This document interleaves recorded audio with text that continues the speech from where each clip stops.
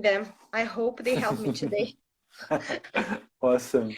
So I'll try hello to keep an eye. everybody. Let's begin, shall we? Because it's 8:01 and my God, we're late. That's terrible. Hello everybody. Hi Fabrizio. Hello Sylvia. It's good to have you here. Awesome. Thank you so Hi much for joining guys, us. good to see you. Hi Talu as well. Hi. Yes, she does have two cats. So yeah, it could be both Yeah, cats who yeah, knock it over. yeah, Absolutely. two babies. That's why I have to keep an eye, but let's see. Hope they help me today, right? Okay, now for those of you who don't know us, which is right now it's a minority, but just to be polite, my name is Dennis Warren, and this is officially Ana Francisca Gosso Rosado, but nobody ever calls her that unless her mum's very angry with her. We all call her Aninha. Okay, so this is Aninha, who's my guest this evening, Hi there. and we are going to talk Hi. about Good to see young learners. Okay, you. which is I know is Aninha's favorite subject. Mhm. I'm of course nowhere near being even a tiny bit of an expert, so I'm merely the host this evening for Aninha's Thank you. expertise. Okay, Sure. so we're going It's to a pleasure. begin. Awesome. We're going to begin with the same. I'm going to ask every single person that comes here for a live, and that is, how did you become an English teacher? Wow, not an easy question to answer sometimes, right? But here we go. So, well, it's good to see to see everybody else here. Yes, thanks, Dennis, for the invitation. It's a pleasure to be here today. Well, so, long time ago, many years ago, when I was about maybe 16 or 17, I can say that I had my first experience teaching. Of course, it was not official, but I guess, well, it was something that made me, helped me to make decisions and everything. So it was when I was in high school, and then I had to make the decision like which course to do because of vestibular, right? And then I was in doubt, and I was talking to my English teacher at the time. Yeah, and she was a very kind teacher, so a nice model to follow. And she was like this, okay, so I'm gonna help you a little bit, and what you can do to help me is something like this, because she would be the teacher for, I guess, second year high school, terceirão, all this. And she asked me to help her with reinforcement lessons. Mm. So it was an experience, right? I had to prepare activities. Of course, it was just a few times, but it was teaching English, you know. So you got the taste, and then you decided that you liked it. Yeah. So I don't know if it was good or bad. I'm just kidding. So yeah, that was like what changed my life, and then I made my decision. It was sad because I had already enrolled for another course for Mm. Federal, but it was before PUC, so then it was nice because I managed to take language there. So yeah, Okay, it was very awesome. helpful. And so you started teaching English, and then what was your first experience? How long later did you start teaching? Your first experience of young Well, learners? yeah, so this is some sort of like unofficial experience, right? But then after that, in my first year university, I was doing languages, and then I started teaching like in a school and everything. And then of course, like it is funny, but I mentioned that one of my options would be teaching children, because at the time it was something I wanted, and I imagined I would enjoy. I had never thought them, but I used to. And nowadays, yes, I like children and everything. So it was something that was okay for me. Mhm. And they told me it was not easy to find people who like to teach young learners. So they were very happy because of that. And then I started teaching officially in a school and with young learner groups, you know. Mhm. And there Mhm. is, I guess there is something that helped me, which is the profile, right? Because I was very young, I didn't have any experience. So this is what happens when you get started teaching, right? Then Yeah, I we're was gonna teaching we're young gonna learners too. Yep. Yeah, we're going to talk about it a little bit later. Yeah, normally what Yep. happens when somebody joins a school for the first time, especially for women. Yeah, what happens to them? We're going to talk about it a little bit later. Yeah. Yeah. But since that time, of course, you taught in a variety of contexts, yeah, including we both worked together at Cultura Inglesa here in Curitiba, and Sure. you were the coordinator there. We're specializing in young learners, yeah, and that's why we're doing this live together because you know an awful lot and have a lot of experience of young learners, amongst other kinds of learners, yeah. Sure. Thank Now, you. Yeah. now the other question I'm always going to be asking anybody. So if you want to do a live with me, this is going to be a question I always ask. Be Okay. ready for that. You were how old? 15 or 16 when you first started helping out in the 16, reinforcement? 17. Yeah. 16, 17. Okay. Go back in time, however many years that is, 5, 10, 15, 20. Yeah, it doesn't matter now. Yeah, so moving Okay. on, right? Thank you. You're in that room in the school. You go into that room and you give yourself a piece of advice. What's it going to be? Yeah, so I have something to say about this moment and maybe when I actually got started teaching my first group, yes, at this school, which is like teaching different ages is different. There is no there isn't such a recipe that you can use to teach all ages. It's all different, yeah. And then of course people are different, so we have to learn about our students, yeah. So each one is an individual, each one has a specific needs, and it's going to depend on the age, on the background, many different factors, right? So And I don't wasn't aware of that. so don't try to use a one size fits all kind of recipe for teaching because that's going to go 100%. horribly wrong. Yeah. Yeah, yeah, and I experienced that, so now I can say something from experience. Yeah. Right? Okay. For sure. Awesome. Yeah, that's Great. the idea. Thank you. Um, Okay, yeah. so what we're going to divide our conversation into two main parts. Okay, we're going to first think about the learners themselves, the young learners, and then we're going to consider the teacher and the teacher's characteristics, the teacher's skills, and how the teacher may be able to develop those skills. Yeah, but let's start with the young learners. A very simple, basic question: what exactly is a young learner? I mean, to me, in my age, everybody who's younger than me is a young learner. So, you a young learner? Yeah, so that's a good question, right? Yeah, many teachers ask me, like, okay, you told me I'm gonna teach young learners, and then what does it mean, right? So, well, okay, so there is something to be mentioned here. Young learners, usually, yeah, we have this age range that varies it goes from 6 years old, 5, 6, up until 12. But we know it might vary a little bit. It depends on the specialist, on the institution, so there is some sort of variation there. But usually this is the age range, okay? Then of course the very young learners might be like 3, 4, 5 years old. Then you have the young learners, and the last stages, let's say 10, 11, 12, people usually refer to them as the older young learners, right? But that's the age range, okay? Yeah. So Um, the YLE are the 6 to 12 age, the VYLE, the very young learners are mhm. before that, but they're not babies. They What are about not. those kids who are Sorry. like so the 0 to 1, we don't count those as very young learners because they're not, No, yeah.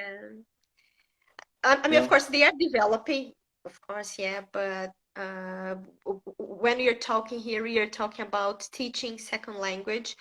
So we are not considering we are not considering this age range, yeah. So they're still Mm-hmm. babies, toddlers, right? Sure. So we consider the ones above 3, let's say. I'm Mm-hmm. going to point out when I mention something about the very young ones, yeah, but this is the Okay. age range. Uh-huh. Okay. So Yeah. in And in a little while, we'll think about, because often for very young learners or young learners, we tend to put the theories and ideas of L1 language learning, yeah, how language learning occurs. They kind of get laid over the top. We'll think about that in a moment. But what are the main differences, say, between a young learner, 5, 6 to 12, and other learners, teenagers or adults? Okay, so um, uh, everybody who teaches young learners, you might know that age is a very important factor because children, they are still developing. Yes, they are developing emotionally, psychologically, physically, like everything is happening to them, right? And they are still learning things for life. They are learning communication strategies. They are learning, they are developing, as they are learning cognitive strategies. They are learning sometimes language learning strategies if they are studying language. So they are learning a lot of things, right? Physical So of things, course, yeah. How to hold for things, sure. fine motor Uh-huh. control. If we consider the very young learners, yeah, so they still are learning how to cut paper, how to color, how to hold the pencil, how to, yeah, so as they are going through this process, it's a lot of changes. So if we consider a 5-year-old and if you consider a 7-year-old, we know that there are lots of differences if we compare things they can do. Yeah.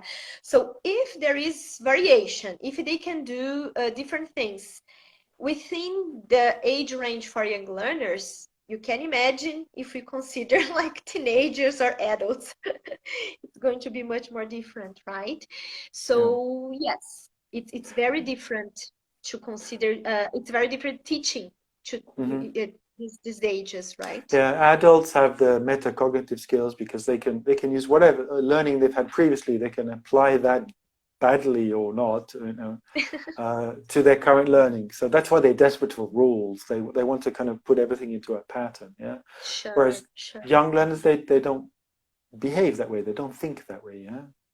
Yeah, it's totally So different. so what would be the typical kinds of behavior you would find of a young learner in the classroom or in the language lesson? What are the Sure. things we have to Yeah. take into account? Mm-hmm. Yeah, so it's we say that they learn in different ways because of all these things we have mentioned here. Yeah, so young learners, they are learning all this. Yeah, and teenagers and adults, they have more experience, they have more concrete thinking, yes, about things. So, and because of all this, young learners, they have different needs in the classroom. Yeah. So we have to consider these factors when we are teaching them. So considering a lesson for a young learner, we have to consider all these aspects. So they have a lot of energy. So we have to think about moving inside the class if we want them to concentrate, for example. We have to think about different ways of involving them in the class because things have to make sense for them. Things have to be contextualized, meaningful, part of their world. So all these help them learn. Yeah, Hmm they learn holistically. This is very different from adults because it's a whole thing. Yeah, so it's everything that they are developing cognitively, emotionally, and everything, and physically. Yeah, so we cannot count, for example, on reading and writing as we do with adults. So sometimes teachers come to me, I used to do that, like, Aninha, how can I teach English without reading and writing? So, you know, it is tricky, but this is the reality for young learners. You teach them counting on speaking and listening. So the skills we resort to, they are different. Yeah, And for these are these than others. the same resources they're using in L1, yeah? How they're Very developing the similar. L1, yeah. Uh-huh, uh-huh. I mean, I Very guess similar. the other really nice thing about young learners is generally they really like lessons, yeah? Yeah, uh-huh. This is another factor that we could use sometimes more in our favor. Yes, they are natural learners because they are learning things for their lives. Yeah. So as they are natural learners, they get interested very easily. They get excited very easily. They are curious, like naturally curious. So this is so nice to explore all this. Yeah. So if we have these ideas in mind, if you keep this in mind, we can use all these in our lessons to help them learn more efficiently, to have a more memorable experience. So it's more efficient for them, more hmm meaningful. Yeah. Yeah, I think Crash and wrote about the difference a little bit between adults and young learners, and maybe adults at the beginning they make a lot of very quick progress because they can use those metacognitive skills, but younger learners really catch up because they have much lower affective filters, so they don't have the kind of hang-ups that adults can sometimes have, yeah, with Sure. correction or encountering problems. They overcome, young learners overcome the problems much more easily. Sure, sure. And sometimes Yeah. adults go crazy because they don't know how to do that. So for them, it's more difficult to accept making mistakes and all this.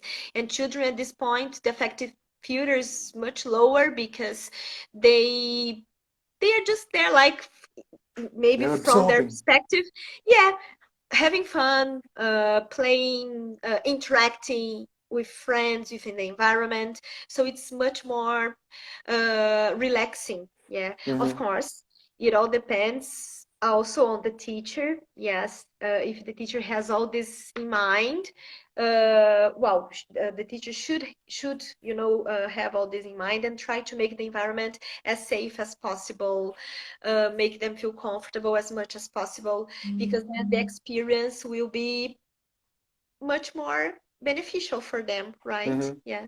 Francis left a comment here. They are the best, she says. I think you Thanks, agree. Francis. Yes, I can see here, right? Yes, they are, right? Yeah, and when we teach children, there is this like, of course, I guess for all these students, it's important. Yeah, connection, affection, empathy.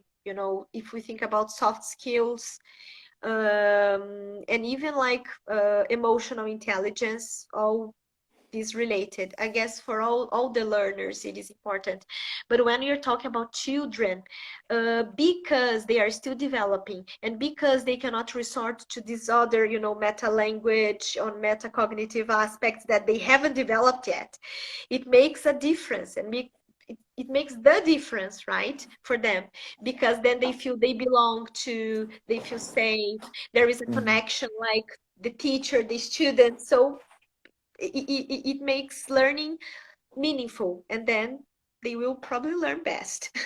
And I guess that's crucial for the teacher of the young learner to recognize the fact that they have to make that very deep connection. And that's different from the Sure. connections. They still make connections with other learners, but it's because they're developing socially and emotionally, that has to be part Mhm. of the classroom, yeah? Sure, You for know, sure. the Yeah. maybe the little rules or the agreements that you make or the way you work with certain types of behavior that comes up, that if you're not Mhm. used to it could be a bit difficult to handle, yeah? Yeah, yeah. Because sometimes, yeah, no, I just remember sometimes teachers come to me and say, "Ai, Aninha, but is it normal? Like children come to me, they want to hug me, they want to play with me and kiss me, and then what should I do, you know?" So if they do it, it is really it is super positive, because it means they like you, they are enjoying your lesson, they want to be there with you, and connection and affection is very important. It's part of the process for the children when they are learning, right? Hmm. Hmm. So yes, it is normal and it's good, by the way. And And what yeah, about I mean, sure? go ahead, go What about learning itself? I mean, how does I mean there are various theories about how young people learn generally, like socially, but also ahead. learn language. What are the main things that people should know when thinking about, entering a young learner classroom? Sure, yeah. So you mean like in terms of theories of acquiring language, right? Yeah, yeah. Yeah. Yeah, so as you mentioned, question, of course, there is a connection. There are things that are similar, but there are differences for sure. Yeah. So, but in terms of, okay, thinking about acquiring a second language when we are children. So, second language acquisition when considering children. There are some theories, but I believe I'm gonna mention here the major ones, the most used ones, and the most important ones, I can say, right? Um, they are theories considering cognitive development, so they were developed by psychologists, actually. And then we cannot say that they are theories for language teaching. Mm, They mm. are theories about like cognitive development. Yes. And how learning Uh, takes place in a more general sense. yes, that's the point for sure. But then what do we do? Yeah, we transfer. because all this leads to learning, and then we transfer everything to language learning, let's say. That's the point, yeah. And it makes sense because children, they are learning everything, so it is all connected, yeah.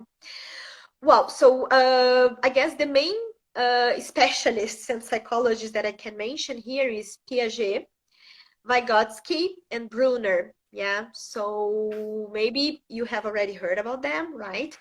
But I'll try to summarize a little bit what they say and to make the connections because I mean, in my opinion, it makes all the difference if you know about them Hmm. because everything these guys, let's say everything these guys say, will affect methods, you know, or alternative methods of teaching we have nowadays, which are essential for teachers to know when. So it's very important that you know them when teaching young learners. But I So will you can, reach there. Yeah. yeah. So you can see if you read Piaget, and you can see that in action in the classroom, yeah, with the young learners, and it helps you understand better. Or why do they do that, or why do they react that Uh-huh. way? Yeah. Sure, sure. Because Hmm. I don't know about you, but when we start teaching young learners, sometimes we don't know these things. So we just do things like without, you know, we are clueless. We just think, okay, so I'm going to play this game. I'm going to show this flashcard because this is nice. And, you know, language, I mean, in terms of awareness, I mean, we don't know anything, right? So by studying them, exactly that, Dennis, we become more aware and we have the background we need, yes, the Hmm. rationale behind we do things, so we know why things are happening, right? So yeah, so all of them are psychologists, as I said, and Piaget, in terms of influencing the educational system and in terms of education, Piaget was the first one to influence what happened. Yeah, so he's a constructivist. So he says that knowledge is constructed. Yeah. So it was nice that you mentioned the environment because this is exactly what he says, that children, they learn when they are acting. So they act, they do things like in the environment when they are in, and because of action and because of situations they have to solve, like problem solving situations in the environment and everything, uh, they start learning things because there is the action first, Hmm. and then the mental processing of that, yes, and then thinking. It's something of this. This is the logical processing for Piaget. But then there is something Piaget didn't give much importance to language. So he didn't consider the interaction. He didn't Hmm. consider the social environment. It was much more about the individual. Yeah. So the individual needs the environment to learn. So by doing things, dealing with things and toys or whatever, the children can learn. Of course, he's not wrong. Yes, so that's why I mentioned I'm going to connect the theories because it's all connected in a way. We have to consider the cognitive development, the individual cognitive development. It makes sense, yeah. Hmm. And So, then the later writers used Piaget as the basis, and they went from there. Yeah. sure, Vygotsky, for sure, it example. was. Hmm. It is the starting point, right? It all came from there. Hmm. So it is very important, of course, to know Piaget's theories. He has the cognitive development stages, yeah, 4 stages. So he organizes everything based by age and everything. So it's all by the age. So it is important to know that, yeah. And because of this, he comes with this idea that children, they have to be ready to do things. So there is this Mm. readiness of the children, yeah. So by certain age, they will be able to do this, and that because of this, and that is developed. Yeah. So So there that's is really this. important for the teacher, yeah, because if, I mean, I'm sure there are many people watching here, they've tried an activity and it's completely failed because the Mhm. kids weren't ready for it. Sure, yeah. Yeah. And although there might be some variation, and this is what Vygotsky will add, I'm gonna mention that, uh, children have to do things according to their age. So that's totally true. If the teacher tries something and it is like too much for the children, the children will feel like frustrated. Yeah, so Hmm. it's going Hmm. to be a bad experience actually, right? I mean, Hello, the Camilla. children might have some sort of hi there. I mean, might feel a little bit traumatized, and I So don't that want to could be go back to school, and this type yeah, of things. the beginning of the affective filters going up. Yeah. Yeah, yeah. And it's a Hmm. pity because the children, we have this in our favor. They are the opposite. They are there willing to learn. They want to do everything. They get all excited. And then sometimes if we do this, like, we just mess up with everything. Right. So what did Vygotsky And add to the pot? yeah, so uh, I think we lost Annie for a uh, moment, but she'll come back. Thank you, Anna Carla. It's very good to hear from you. right. Okay, are you back? Okay, awesome. Hi there. I'm So we were back. talking Can you about, hear me? yeah, talking about Okay. Vygotsky. Okay, so well, so this is very, very crucial here because Vygotsky added the idea of learning in a social environment. Yeah, so he didn't deny, of course, what Piaget said. On the contrary, he gave him credit. He said it was all, I mean, it is fine. We have to consider the individual. However, we cannot, forget that we are in an environment. We live in a world with other people. Yeah. So he added the social factor for the cognitive development, let's say. Yeah. And then it makes all the difference because the children, they are never alone. I mean, they might have moments alone, yeah, but in the classroom or at home, yeah, Hmm. we are together with other people. They are together with other people, yeah. And here is the thing. So children, they can learn a certain amount of things when they are alone. If they interact with other children, if they interact with the teacher, the idea is that they can learn more. And then we go like, how? Yeah. So Piaget had this idea that we construct knowledge, yeah. So it's like layers of schemes. That's what they say. Vygotsky emphasized a lot the importance of language.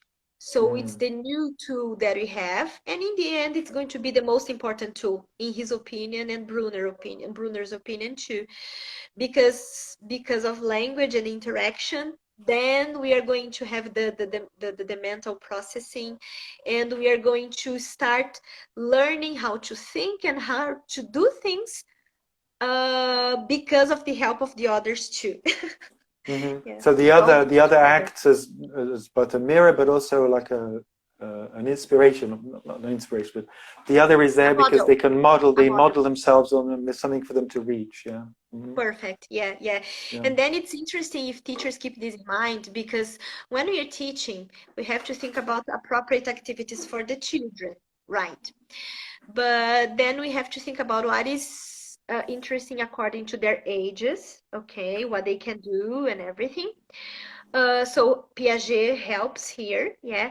However, Vygotsky brings this idea that the children, they can develop more if they have the help of more important other or an older peer or something like this.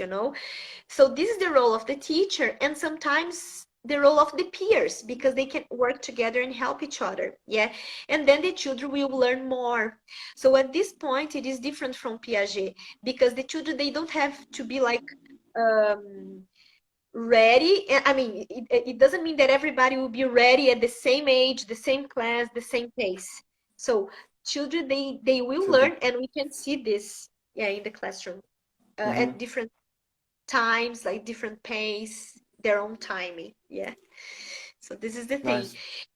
Yeah. And then Vygotsky, because of this, he brings the concept of ZPD. I don't know if you ever heard of these guys were there. Yeah, zone of proximal development. And it has to do with this idea that children, they need some temporary help in order to perform better a few tasks. So this is the thing, yes. So we give some temporary help or we guide them through the activity or through whatever we are doing And then for some time they will need some help and they will do more. But then after, some time, it's just temporary. They will be able to do on their own. Hmm. Yeah. So the idea is, let's say this is the task or whatever, and then the help kind of gets them Uh-huh. close to it, and then after some kind of rehearsal, they can actually get to it themselves because the scaffold that's been provided by the other is helping them to get to it. Perfect. Yeah. Hmm. Sure, yeah. So Yeah. it's another thing that Vygotsky he didn't use the term scaffolding, but he used the concept because Hmm. he says exactly that we need to help children to get there. Yeah. So this is a scaffolding. Everything we do in the classroom in order to help children to do the task, to perform better, it is a scaffolding. You're not going to come to your classroom, young learner teachers, yeah, just saying, okay, so do activity one, do open your book, it is no sense, right? So we have to help them get there. I mean, all the movement you have in the class, you have to help them. So this is all scaffolding, right? Hmm. Yeah. Now there's this a long-standing hypothesis, yeah, the critical period hypothesis, yeah, that suggests that the age does vary, but it kind of suggests that for L1 at least, up until about it varies between 10 and 12. Previously it was about 9 years old, but now it's Yeah. suggesting 12. That up to that point they're kind of primed for language for L1, and after that it's Mhm. much more difficult to acquire. And there are some famous cases, yeah, involving children Sure. who are terribly treated and isolated. Mhm. Can we apply that to young learners of language as well? Olha, I will try to be very nice here. Okay. It is not true. Yeah, it is not true. Of course, we have to give credit because it's a theory. It was on like for a long time. I think it's the beginning of research and everything. But there is research done that was done after that, proving that it's not true. There isn't such a thing like janelas de aprendizagem. Yeah, that's we call this period in Portuguese, and that children just can learn like within this period, and after that is going to be much more difficult. It's not like this, yeah. It is, as you're saying in the beginning, then like the different ages, they have factors that help them and maybe factors that don't help them very much. Yeah. So children, they have factors in favor, yeah, because the defective filter is lower, they are learning everything, they are curious, they're not afraid of making mistakes. So all these help them a lot. But adults and teenagers, they have other advantages, yeah. Hmm. So it's been proved by research that it's not true. Yeah. Yeah. So people can learn at different ages, right? Yeah, Uh, the research suggests that if somebody starts very young, somebody starts much older, say 20 or 30 years old, they can actually reach the same level of they can. proficiency with perhaps some doubts about pronunciation, I possibly. was going to Yeah, mention exactly that. Yes. I yeah. guess it's the only thing I have found that maybe children has advantage. Yeah, it's because of the vocal tract they are still developing. So if they learn sounds that maybe are not we don't have in Portuguese, for example, it's going to be easier for them to develop it. Yeah. So in terms of phonology, pronunciation, yeah. But there is still doubt about that. But the research mentioned that there is this tendency. Yeah, Hmm. Hmm. because then of course it is true, but then you have to consider like in which context and how was the children exposed. There are lots of factors for the children to reach there, so they might have this advantage, but then we should consider everything we are talking about here: exposure, opportunities for learning, so we should consider all this, then Yeah. they might have this advantage, right? Hmm. I'm Let's gonna then go ahead. I'm just going to add something here because I remember you mentioned like advantage of children learning. So sometimes people ask me like, so why should I, enroll my children in language schools? Why children shouldn't learn, right? So apart from the from the phonological advantage, maybe I guess there is something very interesting. children, as we were saying here, they are natural learners. They enjoy learning. So, from the perspective of, I don't know, enjoying it, yes. So, if we consider social emotional learning, how much they get involved, how much they like it, how much interaction is important for them. So, for these more emotional factors, I think it is very valid. That children study, in an environment, of course, that they like. If they don't feel it, it's an obligation. If they enjoy it, maybe the way they are assessed, it is in a nice way, yeah, not stressful for them, then I think it's valid. Just to add Absolutely. that. Yeah, Yeah, absolutely.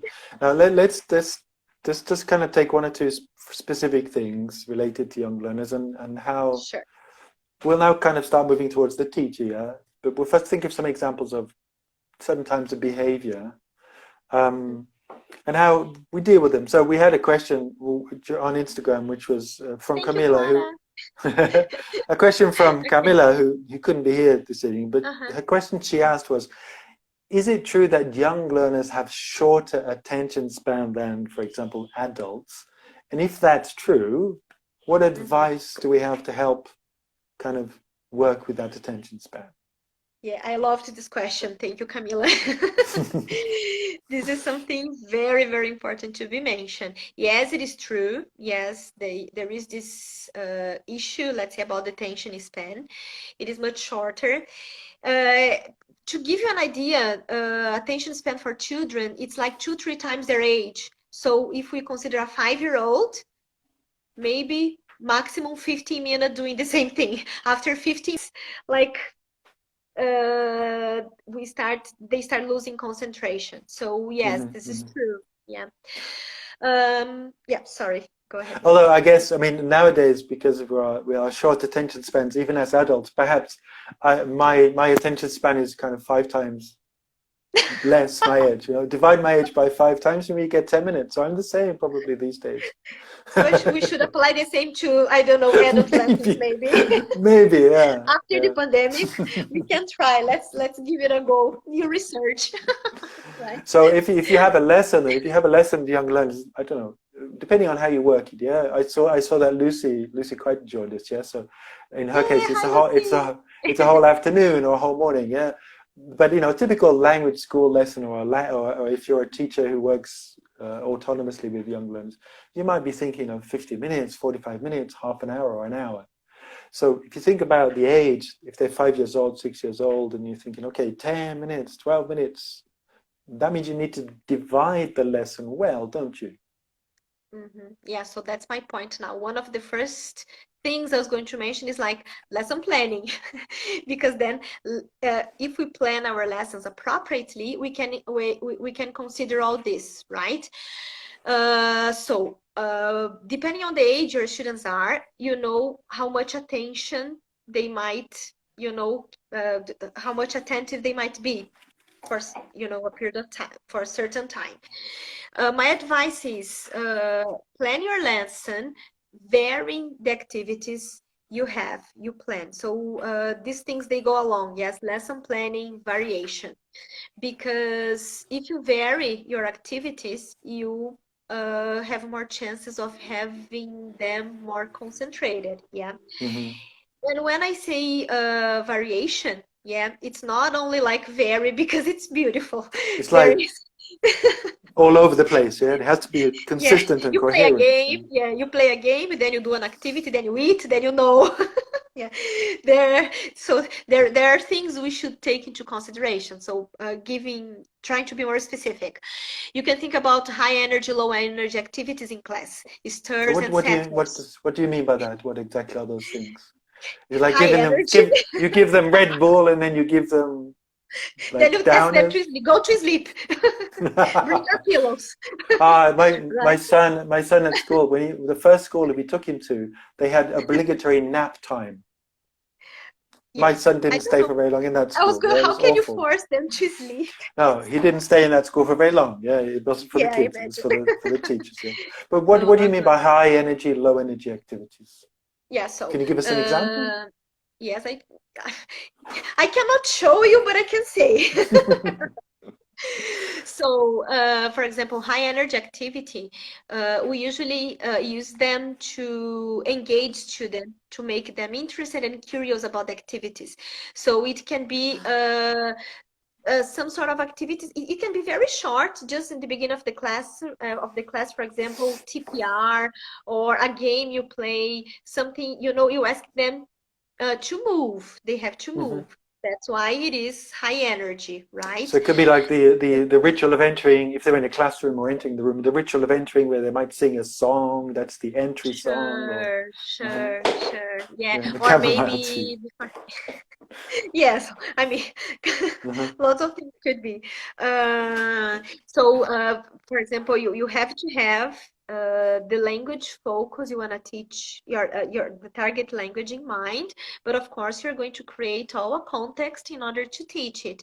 So you might play a game as a warmer for that lesson, and in this game, children might run. They might look for something in the classroom.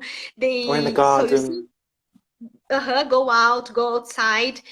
So all this is high energy because they are moving. Yeah, sometimes they don't need to move so much, but still they have to do something in the classroom. Yeah, it is very important for them because one of the biggest distractors for children is their own energy because they have a lot of energy. So we are helping them control it or at least to channel it Hmm. into the right direction. So this is one example of like high energy. And then of course it's good to strike a balance. The low energy activity can be some sort of tea, as Lucy was saying. Then you're going to be very zen. But of course, like you have to go it like little by little to calm Right. them down after playing or something, right? So it can be even a physical thing, like it can be in a circle. You control something about your breathing, holding hands. So little by little, you start to calm them down. Yeah, and then eventually you have something to do, an activity to do, table time. Let's say they sit down and they do something, right? Hmm. They need more concentration, individual work, depending on the age, some thinking time. Yeah. With the older young learners, from 10 to 12, we can manage to have more quiet time. It is important for them to do the tasks. But I can tell you, young learner lessons, they are never quiet, and it's good and it's normal. Yeah, because they're always moving, they are interacting, they are helping each other. It's part of the process of learning, Yeah. right? So a good learner, a good young learner lesson, somebody walking past might look in and it seems like there's lots of crazy activity. Kids are talking, they're moving around, they're grabbing things. But if it's a Mhm. good teacher, that is exactly what is meant to happen. It's not a For mess. sure. Yeah, there's no such Yes, thing as a exactly mess that. when it comes to young learners. Yeah, a mess is a good thing. Yeah, I remember when we used to work together, yes, and observing lessons and everything. I would say, well, if somebody tells me that a certain teacher's class is too quiet, I would be a little bit, let me see what's going on. Of course, it happens, but I mean, the tendency is that they are noisy, they move around, but it's part of their process. It's important Uh-huh. for them, right? And then, so So, when if you've got this situation where they begin to lose concentration and they start to move away from the activity in different directions, they're doing different things. One might complain that somebody took their pen. The other one might go and look at something on the floor. How do you get the attention or help them to focus again? okay, so I'm gonna mention two things here. I Mm. guess there are things we should consider before teaching, Right. while planning the lesson, because we might avoid this type of situation. So getting to know your students, knowing what they like, know their interests, thinking about variation of activity, all these things, they might help you. Then you avoid these problems because it's much easier avoiding them than having to deal with them in class. That's the point. Yeah. Hmm. So there are things you can prepare before if you need, of course, then you can use in class. So, but avoiding is the best thing. While you are in class, there are other things you can do to avoid them. So, for example, not spending too much time doing the same activity. Mhm. When you move from one activity to another, we call it transition. So think about different transitions, how you're going to change, move from one activity to another. You can sing a chant, sing a song, clap your hands, some sort of movement, all this to keep children with you. Yeah. Mhm. So routines, I forgot to mention this word before, sorry. Routines, it's part of your lesson planning and it's part of classroom management. So I can tell you, good classroom management, good lesson planning, having all this prepared, all this in mind, will help you a lot have a successful lesson. And you will avoid having these problems during your lesson, probably. Yeah. Mhm. Of course, if it happens, because it might happen, we know that teaching children is uh, you have to be ready for unexpected situations, right?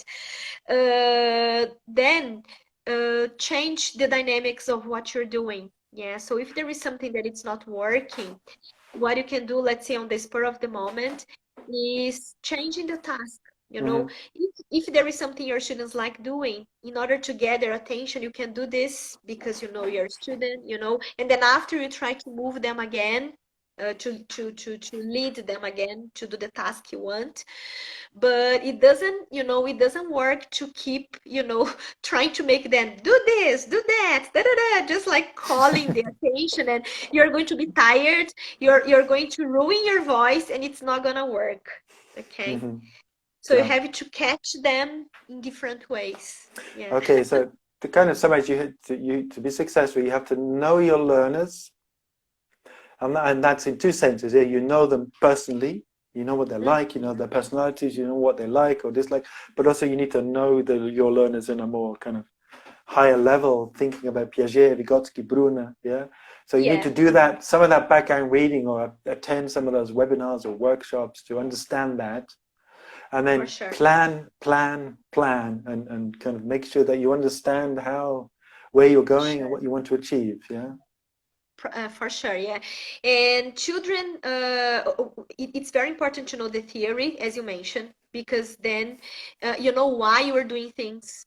You make more Hmm. informed decisions during your lesson and before your lesson. Yeah.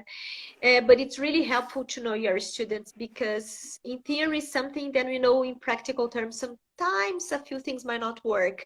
So then you have to, it's you as a teacher, you know your students, you know what might work for them, right? Hmm.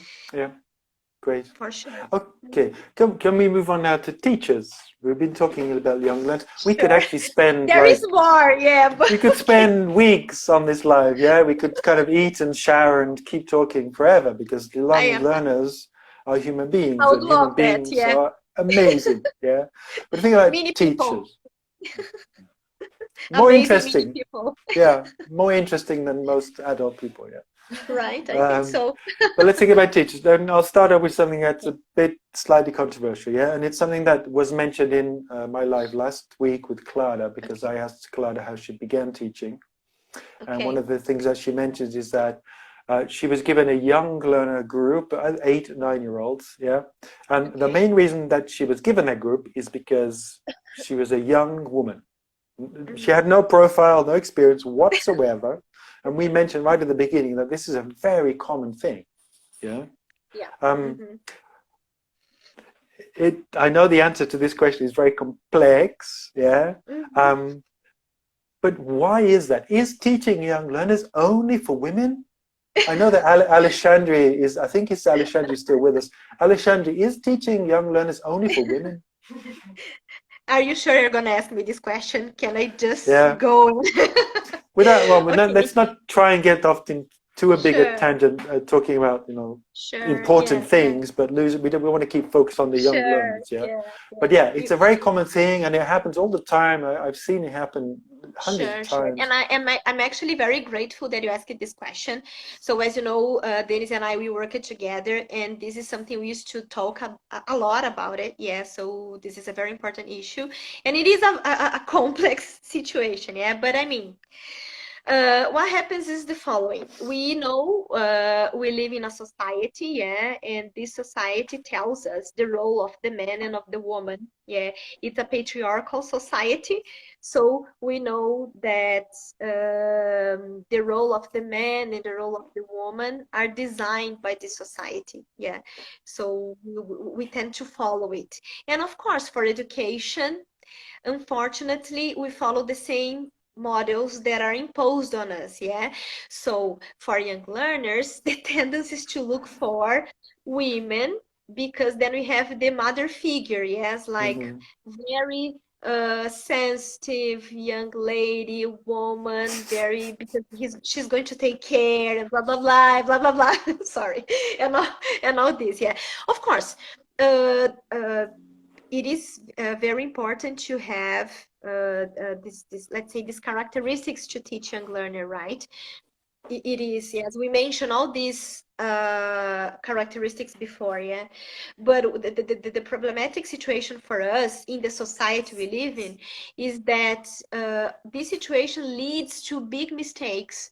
Hmm. So sometimes asking women to teach young learners without consulting if it's their preferences or without checking uh, profiles or, and they don't consider a very Ex good man, Absolutely. to, Yeah. to teach young learners, and they can do like a wonderful job. Yeah. And I have observed a few lessons of amazing men teaching young learners, and they did a brilliant job. Yeah, Ali, Leo, maybe these people, they are around, I guess. I had the pleasure to see their lessons, and they were very good lessons, right?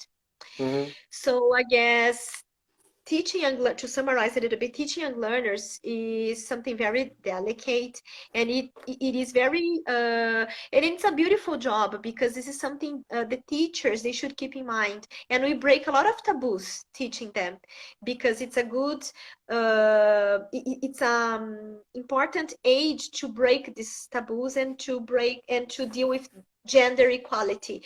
And one of the best things to do is to have the male figure, let's say, as a teacher. Yeah, because Hmm. we want to have good fathers in the society, so we can transfer all this into the male Yeah. figure as good teachers who are men, right? And it's not something like exclusive to language education. Yeah, it's something. If you think about Uh-huh. education in general, it is definitely an issue there where men and women are kind of Sure, seen in certain ways and they're encouraged or discouraged to follow certain paths in sure, their careers. Yeah, and we know about sure, sure. the promotion of men over women, for example, and more men in management positions than women, despite the fact that there are more women doing the job of teaching than there are men, and there's clearly a problem there. Yeah. So I mean, It is. if you're a woman watching this and you've had a bit of pressure to kind of teach young learners, but it's not for you, then Mm-hmm. Yeah. don't give in. Seriously, you know. Uh-huh. Uh-huh. And if And you're if a you're a man man, and like you feel that you have an affinity, but you feel like, oh, people would judge me badly if I do that, then don't, because you're going to get such a reward from doing it. Absolutely. mm-hmm. And it's so beautiful. Uh-huh. Hmm. Yeah. Yeah. And so that's it. Like, yeah, that's the point. Yeah, it doesn't matter if you're a man or if you're a woman. There are very important characteristics that a young learner teacher should have, and men and women can have this. We know that. Hmm. Yeah. So Yeah. it's very sad. Well, we face this situation in lots of different areas in our society. Yes, and of course in the education it's the same. Yeah. So. A comment that Lucy just made, just to take it from what she said there. Yeah. The other thing, of course, it's not only women, but it tends to be young women. Yeah. Okay, Whose about the experience. age.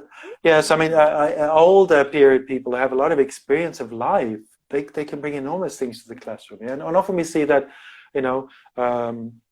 Beginners, whether they're adults or children, beginners are kind of given a certain kind of teacher instead of thinking about the wiser, older, more experienced head. It's almost like you teach a beginner when you're a beginner teacher, and it makes no sense because you need a very good older, wiser teacher to teach beginners. Mhm.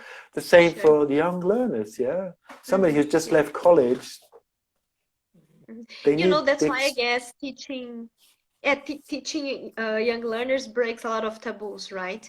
We Mm-hmm. have the issue of gender, we have the issue of age. Yeah, I couldn't agree more then. Sometimes we have the issue of language. Teachers teaching young learners, they don't need to have good level of language because children, they just learn like easy words, vocabulary, and like it's not, yeah. I mean, teachers, of course, they should, for professional development, learn each day more, yeah. But children, they have the teacher as a model.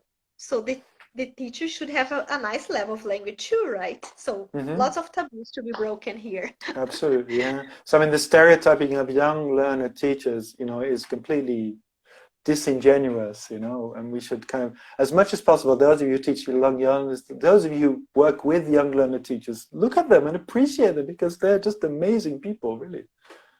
Yeah. Thank you. Talk about them, clap them, you know, spread the news to make sure that they are appreciated. Absolutely. Yeah. Sure.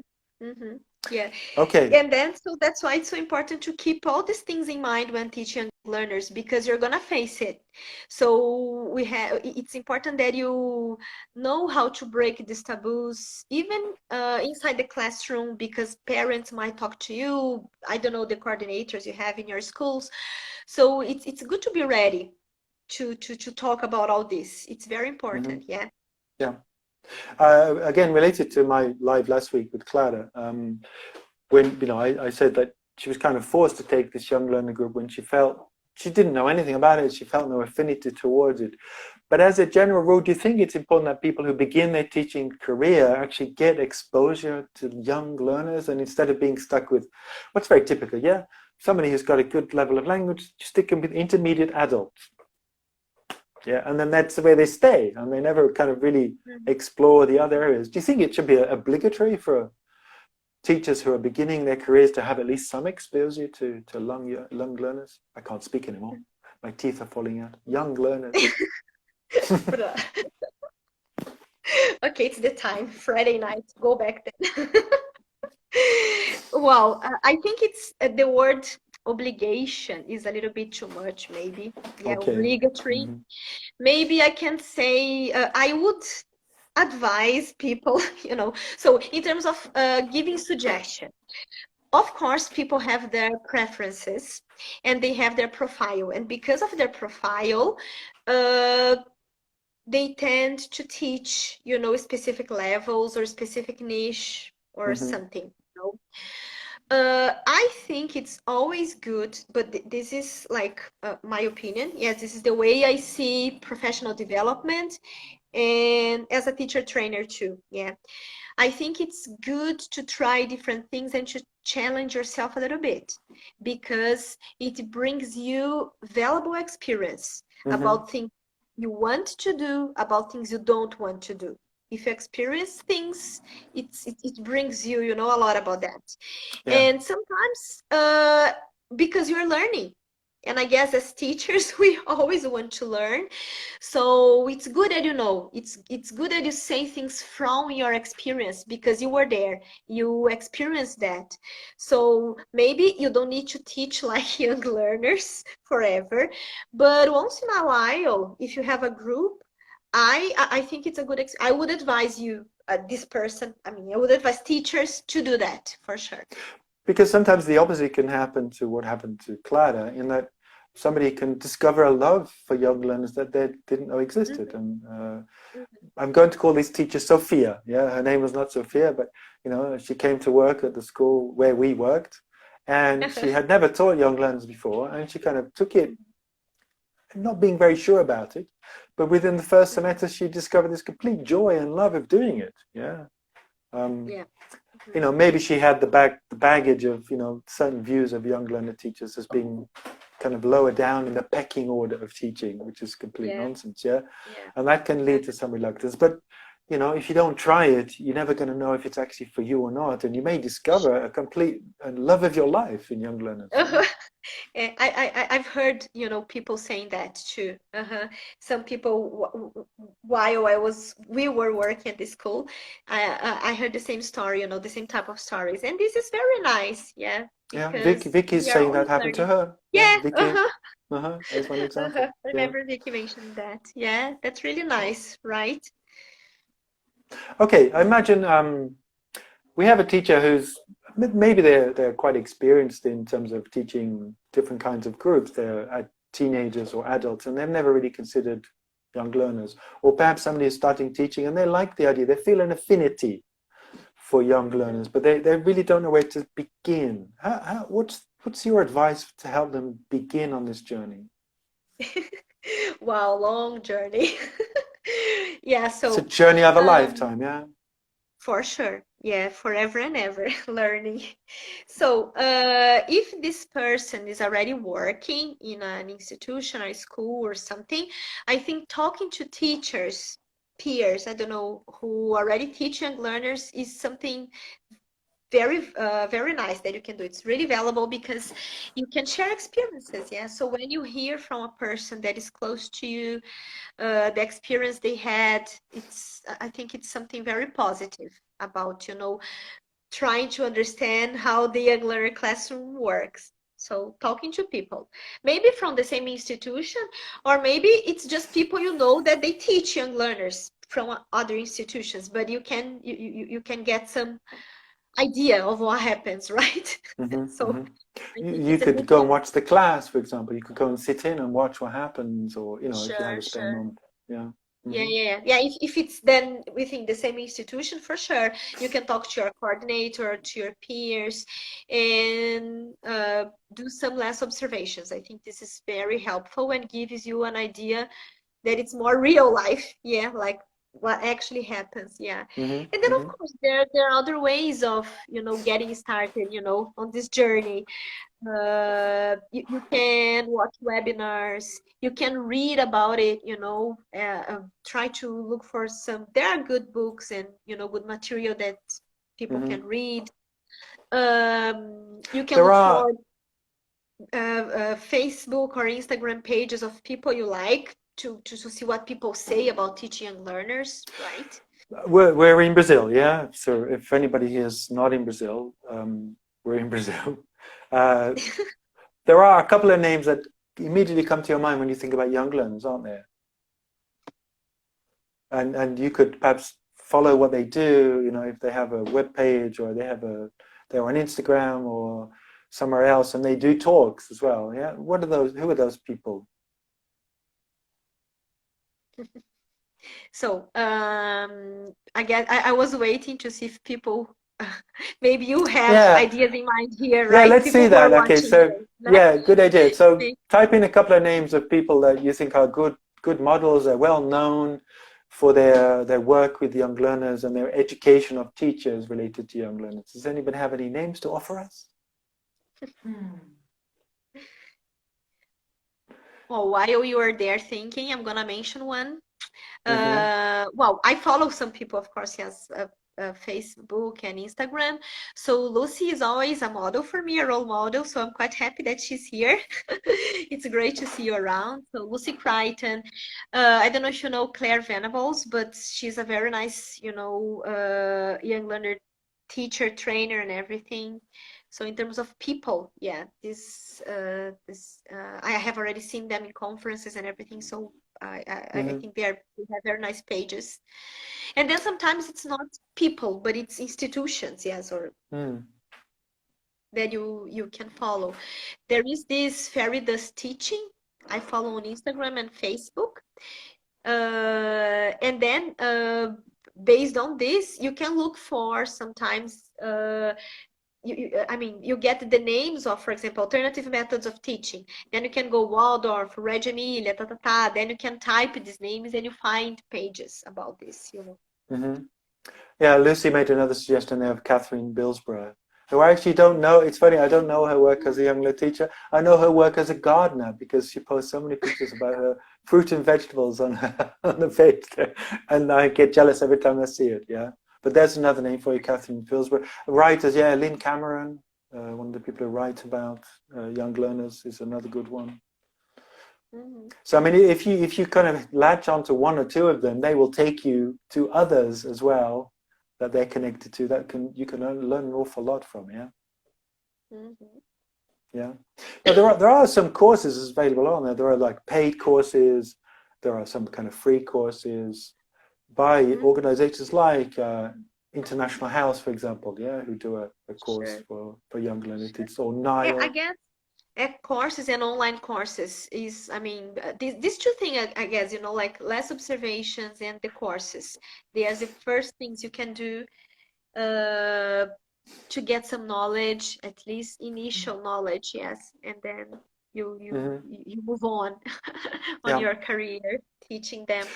Yeah. No, what about the so the person who has an affinity, they've watched some lessons, they realize they kind of want to do it, they start teaching, they start reading, they start following webinars, maybe they do a course, yeah, and then they really do like it a lot, yeah. What do you think are the steps they could take to develop further to become more a deeper thinking teacher beyond that initial work? Sure, yeah. So I guess these sort of things we should keep doing forever. Yes, checking on social media, webinars, be in touch with people. Yes, this is something we should do forever. Yeah. Discover people we admire, work in the same area, and then talking to them and everything. I think this is always helpful. But then, of course, you can go beyond a little bit. Uh, uh, I mean, apart from courses, we also have certification. So maybe not only the courses, but also looking for certification. So more official courses, or I guess this is all very helpful because usually in order to do them, to take the certificate or something, you have to study. Yeah, you have to prepare for it. So while you're preparing, yeah, you gain valuable knowledge, yes, about what to do with them. So it's very Yeah. important So in this like case. doing the TKT Young Learner certificate, yeah. Yeah. Mhm. Probably not the most profound, deep certificate you're ever going to do, but the actual, like you said, the discipline of studying for it means that you have to read kind of widely, and that helps your understanding in general, yeah. And of For course, sure. having a certificate can help you in terms of your positioning and progressing in your career, yeah. Not that it's the Mhm. most important thing, but it can really help you there, I yeah. agree. I agree. Yeah, Yeah, and you yeah, actually because run a course, don't you? You started, I think, this semester a TKT Young Learner yes, I course, do. yeah, Yeah, yeah, yeah. It's a prep course to see the exam. Uh-huh. Thank yeah. you. No, no, it's okay. Yes, So I if do. anybody's interested, catch up with Annie Sure, there just get on in touch. Instagram. Yeah, Just but get in touch. one of the Yeah, things that one and thing. the good thing about that, yeah, so sorry, is just to because apart from getting the certificate is studying. Yeah, so this is the good thing about getting the certification. It's the Mhm. knowledge you get by studying for it, right? Yeah, absolutely. And I was just going to come back to something you said a moment ago, and then thinking about Lucy's school in Florianopolis. Yeah, um, the cross fertilization of ideas, I think, is really important because once you have the basic ideas and you know how the theories and you've had some practice, bringing the ideas from those other places that you mentioned, yeah, Waldorf, Hegemila, Mhm. Scuola da Ponte, they have these amazing ideas about the way young adults are formed and the way that Mhm. you can work and develop and have a more kind of democratic, egalitarian style of education. Yeah. Sure, sure, Um, sure. and I think maybe once you've got the basis and a bit of experience, then you can start you should definitely start exploring other areas that are not strictly English language teaching. Yeah. Yeah. So it's nice that you touched this issue because for me this is something extremely important. Yeah. Because when we teach young learners, there is something funny about it. Well, first, people think that it's the same as teaching teenagers and adults, and this is a big mistake. As we start by doing this, teaching them a little bit more, the starting point of the lesson is based on language. It's a language-based starting point. And then we go, right? But after all, everything we have mentioned here about young learners, about checking on all these aspects, all their needs and everything, we can see that this type of approach is not appropriate for them, right? Because they, until they are 7, 8, they can't even read and write, So how come we can follow the same? So this is something we, in the end, learn by doing, because we go through this experience. Yeah, we don't know what to do, then we realize we don't know what to do, or we're just doing without knowing the purposes, and then we have to do something about it. Yeah, so this is the tricky thing. The general language courses, letras or something, is general. If you do pedagogy, it's not really related to second language acquisition or teaching of English or something. Yeah, so when you get started, you go like this: wow, I have to see how I'm gonna teach young learners, because the traditional approaches is not appropriate for them. And then this is when we realize, like, so I have to find alternative teachings, alternative methods Hmm. of teaching to teach them. Yeah, and this is my advice. Then we should go for these approaches. Yeah, like play-based learning, project-based learning, Waldorf, Montessori, Reggio Emilia. There are lots of things, that we can learn from them and bring to the ELT reality to children, right? Awesome. Great. Thank you so much. So I'm going to wrap up with a question, which again is an obligatory question. Yeah. If you join me on my live, yeah. At the very beginning, we talked about going back in time and giving yourself some advice. Yeah. When your 15, 16-year-old self. Yeah. The follow-up question is, what would you tell them? Would you tell them to continue on the path that you took, or would you tell them to do something else? Was it worth it, Anina? Well, should I say anything about it after all everything I've said here? It's pretty Nah. obvious, yeah, but No, sure, yeah. No, I mean, is I'm it I'm I'm really worth? happy. It is, because by teaching children we learn a lot, and I feel I have already learned a lot by having to deal with all this, and it is worth it for sure. Yeah, I would have done the same. Of course, Awesome. maybe a few things differently, but I would do the same. Yeah. Something I haven't mentioned, and I think it's good for teachers in general, just I would like to emphasize, is getting a mentor. I was going to say this Mm, before, but then I forgot. Mentoring is very important. So if you're starting your career, or if you're gonna start teaching young learners now, you know, look for mentoring. Yeah, because then they can help you find these alternative ways. They can help you understand the reality in the classroom. So I guess it's for any level, right? But it's very important to have a good mentor. Yeah, mhm. so this is a final piece of advice, so to teach Awesome. people. Definitely. And I that can be a formal or an informal mentor, yeah. You can kind of attach yourself to somebody who you want to be like and kind of ask them questions.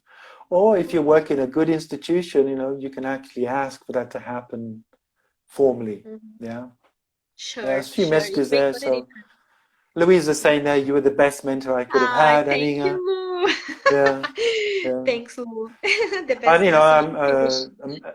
mentoring is one of the roles that you also have now, isn't it? Now Yes, that yes, I've been you're doing that. uh-huh, And you too. absolutely. I have to thank you for that too. You were my mentor too in the academic world. Yes, Yeah, Dennis is a good no mentor problem. too. That's true. Yes, Okay, thank you. thank you so much. So, Yeah. if you're interested in, if you don't follow Anning already on Instagram, what's your Instagram handle? Could you tell us there, Anninga? Sorry, I What didn't is your hear. Instagram handle? Okay, Is it so it's Anninga? Aninha Gusso Rosado. You can Yeah. find me there, right? It's my name if you know me. It's Aninha Gusso Rosado. Find me. And then I am also on Facebook, the Hmm. same name. Okay, awesome. So thank you so much for Anninga for joining us. It's nice to chat to you. We haven't had a proper chat for ages. It's really good. So I really, really Yeah, for appreciate that. sure. Yes. I thank you Uh-huh. so much. Yeah. It was very Thank nice for you. me too. It's always good to be together with you. maybe not working in the same institution, but sharing the same ideas. So it Absolutely. was a very nice Brilliant. invitation. Thank you so Thank much. you. And so everybody else, next week, next Friday, I'm going to be talking to Fabricio Cruz, and the theme that we're going to discuss is kind of, there's a progress. So the last week we talked about advice for new teachers. Today we've been talking about young learners of English and how to become and develop as a teacher. And then next week we're going to be discussing kind of professional development as a kind of life project. Yeah, and that's one of the discussions that we're going to be having with Fabricio. So please join us next week, same time, same place, 8 o'clock. Okay, keep a lookout for the Yeah, great. announcements. And Mhm. thank you to everybody that joined us. You know, it's been really nice to see some very familiar names, and it's Yeah. even nicer to see less familiar names because those are people we're touching for the Yeah. first time here, Nina. Sure. Yeah, yeah. No, it's very nice for me too to see people I know around. Yes. And to see new people. Yes. Hope to be in touch with you. And it was great. Yeah. It was Okay. amazing to see you all here. Thanks a million then. Okay. Cheers. Thank you, and have a great weekend. And we'll speak again soon. Okay. For sure. Thank you. You too. Yeah. Thank you, Okay. everybody. Thanks for your Goodbye, questions and everybody. participation. Bye bye. See you. Absolutely. Bye bye.